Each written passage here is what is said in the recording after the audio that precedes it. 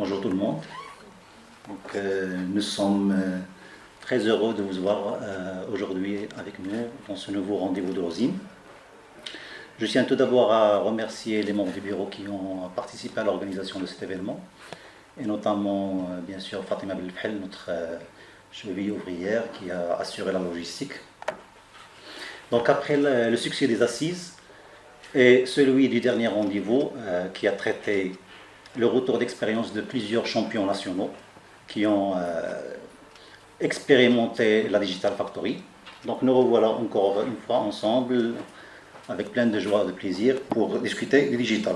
La thématique d'aujourd'hui se focalise sur le secteur public et comment le digital peut transformer la relation entre l'administration et l'usager. Donc, mais avant d'entamer cette thématique, j'invite M. Saad pour le mot d'ouverture.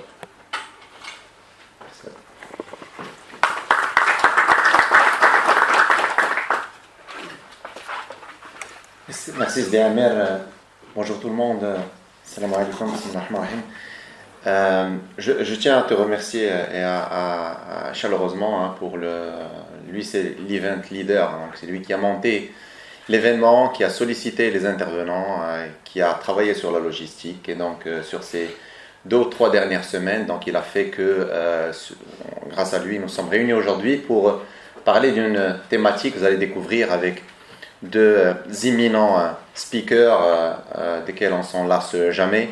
Je nomme CSN Sqat qui est partner McKinsey, que nous avons invité lors du dernier event, mais nous on s'est dit on va le rappeler encore une fois, on va lui donner le slot de speaking suffisant pour que voilà qu'on puisse absorber et apprendre de lui. Salah Beina, je ne le présente jamais assez.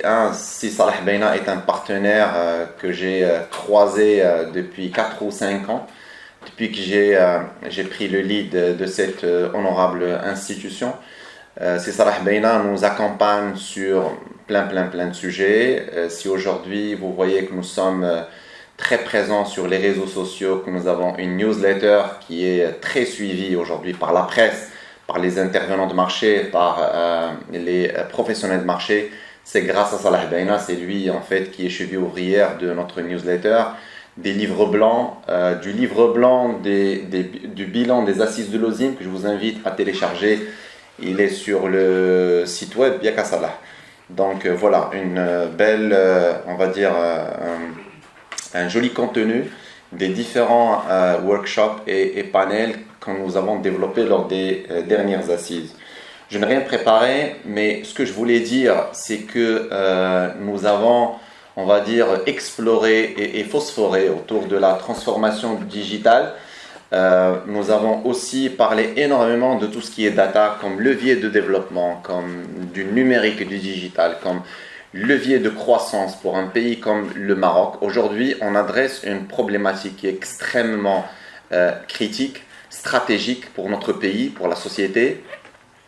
Et ce n'est pas pour rien que spot publicitaire, le 9 mars, on sera à Rabat pour parler aussi des risques liés à l'utilisation, on va dire, du net et des risques derrière le net, de l'underground, de la cybercriminalité, de l'utilisation sans qu'on connaisse nos lois et réglementations. Et c'est une journée qui sera orientée enfants en bas âge dans la matinée et puis l'après-midi pour les femmes. Donc on va accueillir dans cette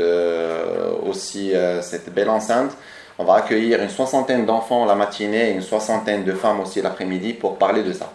Donc nous adressons le digital, nous adressons la data et nous adressons toutes les technologies. Nous avons déjà parlé de la big data et de l'analytics. On a sillonné un peu partout notre territoire, mais aussi en Europe. On a été à Paris, à Tunis et ailleurs, aussi en Afrique subsaharienne, pour parler de ce que le Maroc peut offrir en termes de connaissances, de recherche. Nous avons aussi des ponts très cimentés avec l'éducation, les universités, des écoles, des enfants, les femmes, voilà, donc on a parlé de tout ça.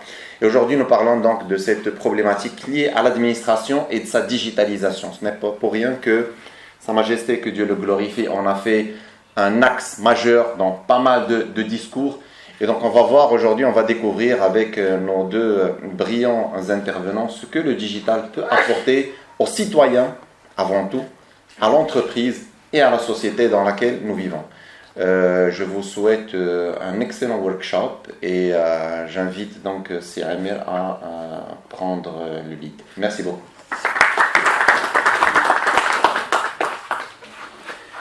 Merci Seth. Donc l'objectif de ce rendez-vous est de discuter l'impact potentiel digital sur les services de l'administration publique et comment les technologies innovatrices peuvent améliorer la relation entre l'administration et l'usager pour devenir une administration orientée usager. Est-ce que ces nouvelles technologies comme l'intelligence artificielle et autres ont une place au niveau de l'administration marocaine? Est-ce qu'il y a des cas d'utilisation réussis ailleurs? Quelles sont les contraintes? Quels sont les challenges que nous pourrions rencontrer? Ce sont les questions que nous souhaitons répondre. Et pour ce, nous avons l'honneur d'accueillir deux références dans le domaine.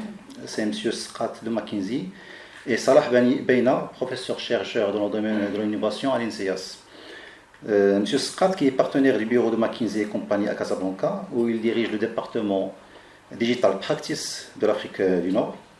Connu pour sa maîtrise de la transformation numérique de bout en bout, il accompagne des clients des secteurs bancaires, assurance, industrie, mais aussi des administrations publiques dans la mise en œuvre des programmes majeurs de transformation digitale.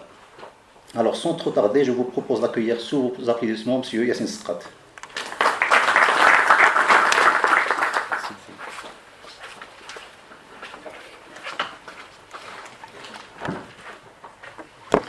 Mesdames, Messieurs, bonsoir et merci d'être... le ring est là. Pardon. Je vais mettre en moitié, monsieur.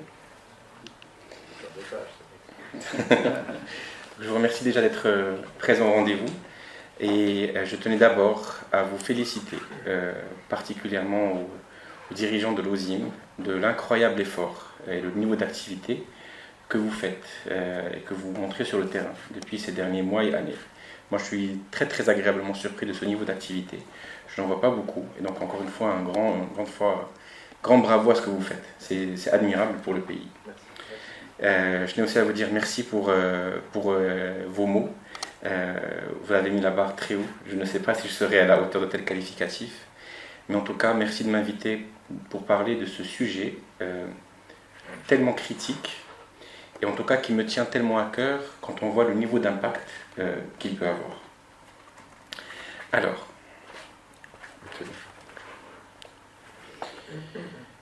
c'est vrai que lorsque nous parlons digital, généralement, les premiers secteurs qui viennent à la tête sont les fintech, les télécoms, l'assurance, l'industrie 4.0.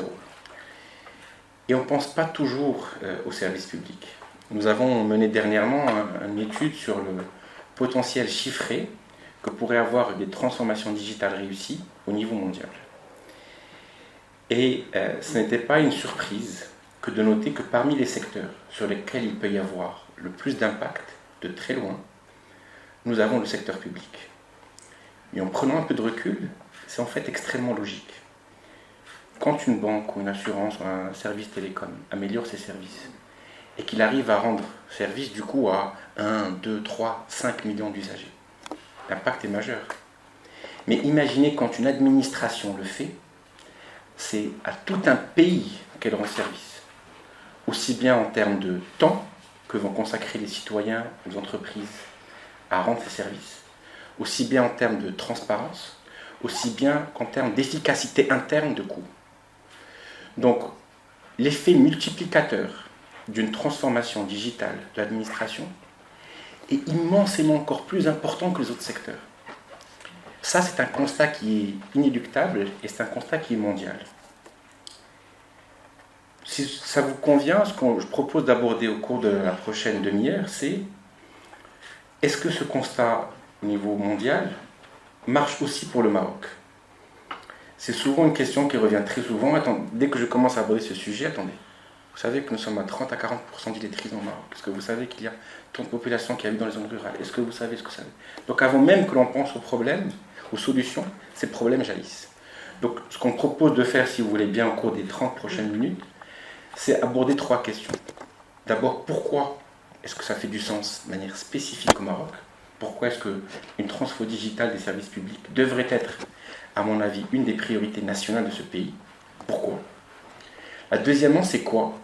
Tout à l'heure, vous avez évoqué, mais qu'est-ce qui se passe ailleurs? Donc ce que je vous propose, dans la deuxième partie, c'est de voir des cas concrets. Et vous allez voir que le spectre que nous allons voir de pays va être très large. Des pays développés dont vous allez me dire, c'est encore ces consultants McKinsey qui nous sortent des benchmarks internationaux de je ne sais pas où, jusqu'au cas de l'Afrique subsaharienne, où vous allez dire, mais si eux l'ont fait, comment ça se fait qu'on ne peut pas le faire? Donc c'est ça que j'aimerais proposer.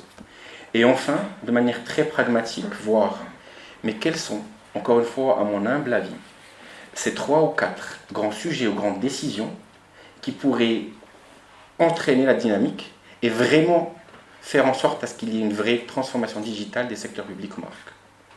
Ça vous convient? Super, allons-y. D'abord, et je vais me permettre d'être assez cru avec vous. Et je pense que quand on veut avancer, il faut aussi avoir le courage de se regarder devant la glace et de voir ce qui ne va pas.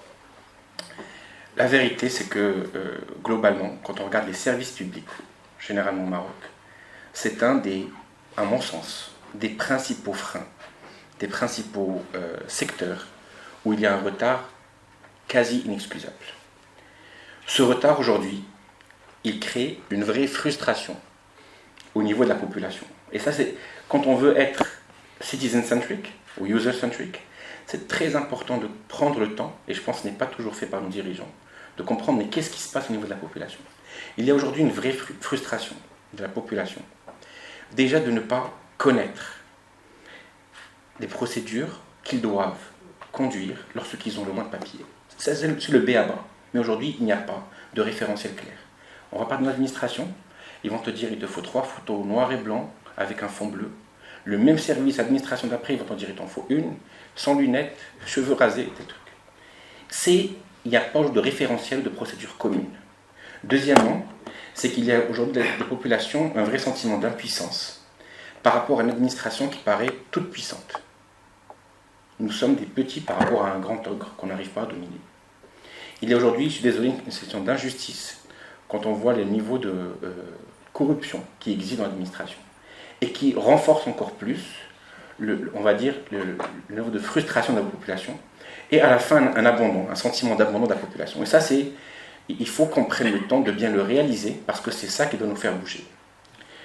Nous avons mené une enquête dernièrement pour comprendre au Maroc, mais en fait, quelles sont les raisons d'insatisfaction de la population. Les principales raisons qui ont été citées, c'est d'abord, je n'arrive même pas à comprendre c'est quoi la procédure souhaitée que je dois pouvoir faire. Donc l'information en tant que telle n'existe pas. La deuxième, c'est que quand ils veulent le faire en ligne, les procédures sont trop longues. C'est absolument difficile à comprendre. Combien même il y a des services qui sont en ligne, nous devons quand même partir faire une bout du process en physique. Ensuite, nous devons quand même aller faire le facteur, la fameuse histoire d'une administration à l'autre. Donc quand on regarde aujourd'hui le niveau digitalisant des services publics, ils ne sont pas là. Et malheureusement, c'est une arme à double tranchant, parce qu'aujourd'hui, le citoyen n'y croit plus. Ça fait 10 ans que l'on dit le Maroc digitalise par ses services, mais quand on voit l'impact réel, on n'y est pas. Et ça nous fait du mal, parce que demain, si nous arrivons avec une vraie réforme, nous allons devoir lutter contre le passé, pour convaincre, on va faire mieux que le passé. Autre chose que je trouve très intéressante, dans le cadre de l'enquête que nous avons menée, nous avons essayé de quantifier, et ça nous avons fait une vue par segment de population, etc., quel est le temps passé par un citoyen normal au niveau de l'administration. Le résultat au final était de à peu près 55 heures. Ça veut dire qu'il y a l'équivalent d'une semaine et demie de travail, de productivité, qui est perdu par an à faire des procédures administratives. Donc regardez rien que l'impact mécanique que cela pourrait entraîner au niveau du pays.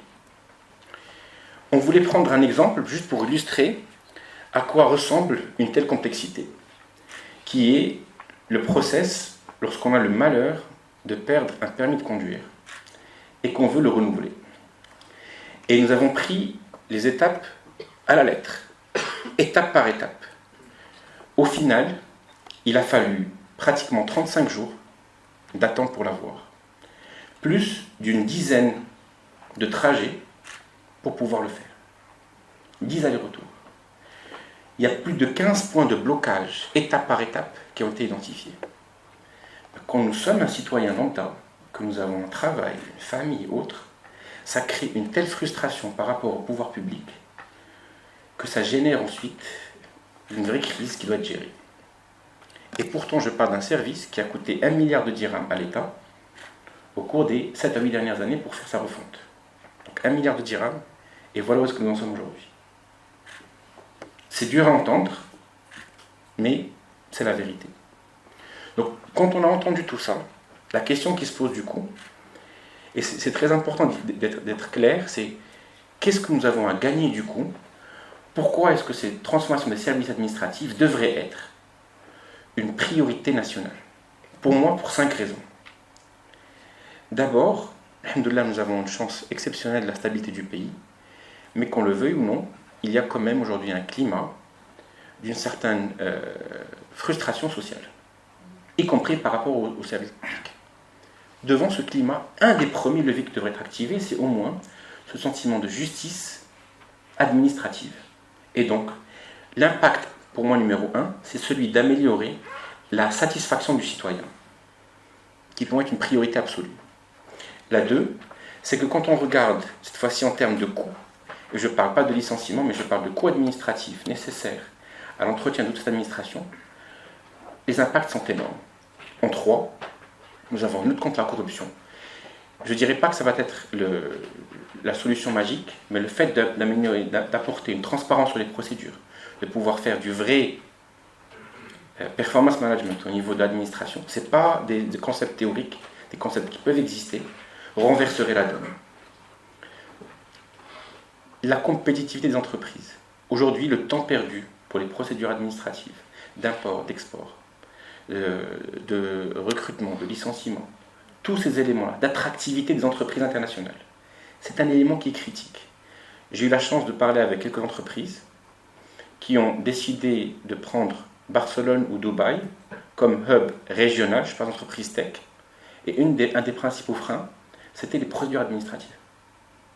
Donc aujourd'hui, cette revue profonde, je ne dis pas superficielle, des procédures administratives, pour nous, par le digital, l'impact sur ces 5 niveaux est colossal. Et donc pour nous, c'est vraiment une des premières raisons pour laquelle il faut le prendre. Maintenant, si ça vous va, regardons un peu le quoi. Ça veut dire concrètement, qu'est-ce que le digital pour l'administration? Pour cela, je vous propose de regarder de manière spécifique 3 exemples. Et si c'est OK pour vous, nous allons commencer par ce qui est de manière indiscutable présenté comme étant la référence mondiale du e-gov, c'est l'Estonie. Je ne sais pas si vous connaissez le cas de l'Estonie pour les services publics. Ce qu'ils ont fait est incroyable. Je vous donne 2 mots, après je vous montre un extrait de vidéo. Désolé si elle paraît un peu longue, elle dure 3 minutes. Donc eux, ils ont commencé quand même aux années 90, début des années 2000. Ils proposent concrètement pour le citoyen d'à peu près tout faire avec sa carte d'identité.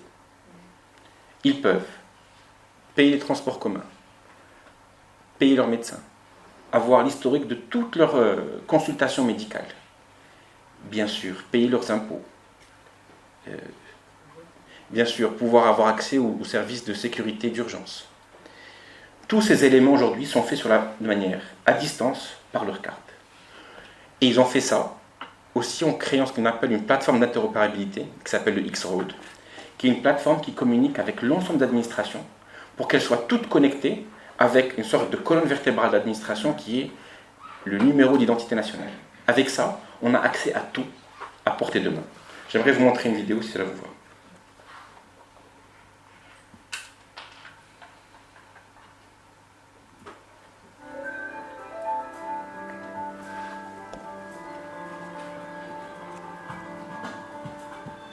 Hello, I'm Tina.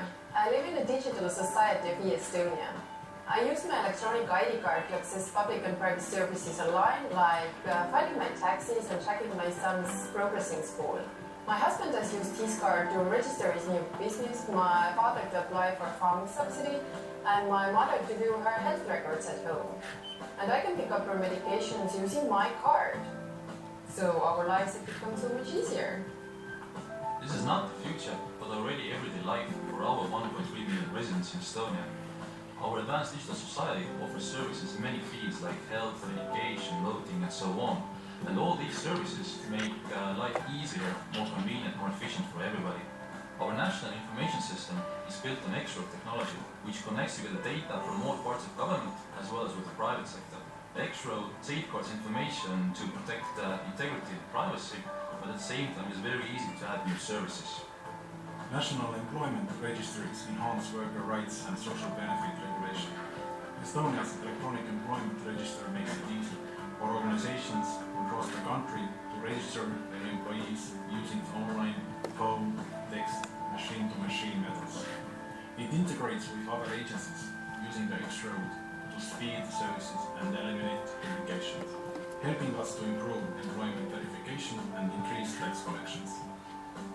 Providing urgent assistance in an emergency is a prime concern. C'était un court extrait pour montrer un peu ce qui existe en Estonie. Encore une fois, je vous vois tout de suite arriver en me disant oui, mais Yacine, l'Estonie, soyons réalistes. Pour avoir beaucoup échangé avec le ministre IT, ils ont un ministre ICT de l'Estonie, c'est quelque chose qui coûte globalement pas plus que 200 millions de dollars. Nous avons fait cette estimation de ce que ça coûterait pour le faire au Maroc. Je parle de créer l'infrastructure et le système qui va avec. Je ne parle pas de change management qui coûte cher. Mais le coût, ce n'est pas le frein. Les compétences, ce n'est pas le frein. Quand j'ai demandé quelle est la première chose qui était nécessaire, il m'a dit le sentiment d'urgence et le portage d'une telle initiative au plus haut niveau. C'est quelque chose qui est lourd, important et lourd. S'il y a aujourd'hui une conscience forte au plus haut niveau de dire c'est ça que je veux, le Maroc peut y arriver. Pour illustrer un peu ce deuxième point, essayons de regarder un pays qui n'est pas du niveau de développement de l'Estonie et voyons voir qu'est-ce que le digital a été pour ce pays. Je propose de regarder l'Inde. Beaucoup ont entendu parler, je suis sûr, du cas de Aadhaar, mais j'aimerais bien faire deux points sur ça. Et en fait, rappeler juste qu'est-ce qui est à l'origine de Aadhaar et qui est aussi très proche d'une situation du Maroc. En fait, le problème initial était un problème lié aux subventions que donnait l'État central à la population, qui sont massives, de plus de 30 milliards d'euros par an. Le problème des subventions, c'est que l'État central les donnait aux collectivités locales, qui elles-mêmes se chargeaient de les donner aux populations finales. Et quand ils faisaient l'étude de comprendre entre 1 euro ou 1 roupie en amont de ce qui est arrivé, ils trouvaient que plus de 1/3 était parti, ou en vol, ou en corruption ou autre. Ça représentait des montants supérieurs à 10 milliards d'euros par an. Donc leur principe a été le suivant: plutôt que de passer par les États centraux, je vais passer directement de l'État central à population directe. Pour cela, ce que j'aimerais faire, c'est identifier 1 milliard de populations par leur empreinte rétinienne et digitale, et pouvoir leur verser de l'argent directement sur leur compte, voire même pouvoir leur donner une subvention, même en termes de riz. Vous allez voir que leur balance de riz est connectée au système central, pour que chaque kilogramme de riz à la population soit en fonction de son niveau de revenu. On parle de l'Inde, un niveau de richesse et de pauvreté surtout, tellement plus développé que le nôtre. 1 milliard de population. Ils l'ont fait en 6 ans. Regardons un petit peu si vous voulez.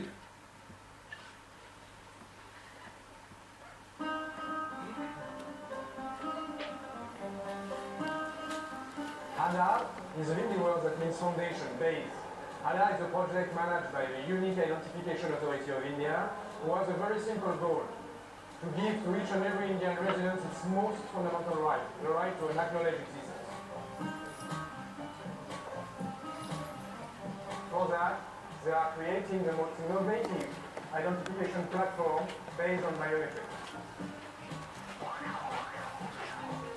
Aadhaar is an inclusion project, so meaning that everybody should be part of it. You cannot let someone on the side. So the main challenge is to make sure that you enroll the biometrics of the people of India everywhere, anywhere in India. This project, in terms of technological challenge, has been compared to the space program when they sent the first man on the moon.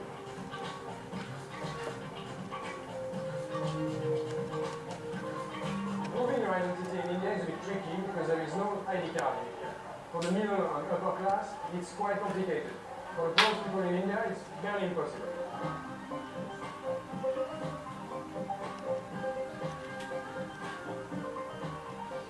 After completing your enrollment of all your family members in the center, they will issue such a card to you.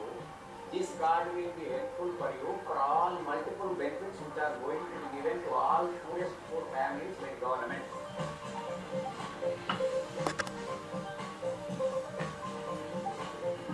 The UIDAI selection process to select the biometric service provider and all the actors of the UIDAI ecosystem has been extremely stringent and based on... L'impact de ce programme est de plus de 2 milliards d'euros d'économies par l'État par an. La taille est colossale. Je propose maintenant une troisième étape de notre voyage pour aller en Afrique subsaharienne, au Rwanda. Pour ceux qui connaissent, ce pays a connu au cours des dernières années une évolution incroyable. Et un des aspects sur lesquels le pays a brillé a été leur transfo digital. Qu'est-ce qu'ils ont fait? Ils ont créé une sorte de portail qui s'appelle Irembo, on va le voir tout de suite, qui a centralisé aujourd'hui plus de 90 services administratifs qu'on peut commencer ou faire intégralement en ligne dans un seul et même endroit. L'impact ressenti au niveau de la population a été encore une fois colossal. Nous parlons d'un pays qui était, cela fait 20 ans, en guerre absolue et qui a réussi à rendre un vrai service à la population. Aujourd'hui, la réalité est la suivante. C'est que les pays qui s'en donnent l'ambition, peu importe leur niveau de richesse, leur niveau de pauvreté, leur niveau d'illettrisme, leur niveau de développement, qui mettent ça comme étant une priorité, y arrivent. La question est, pourquoi pas le Maroc? Est-ce qu'on pourrait un peu imaginer à quoi ressemblerait une telle image pour le Maroc?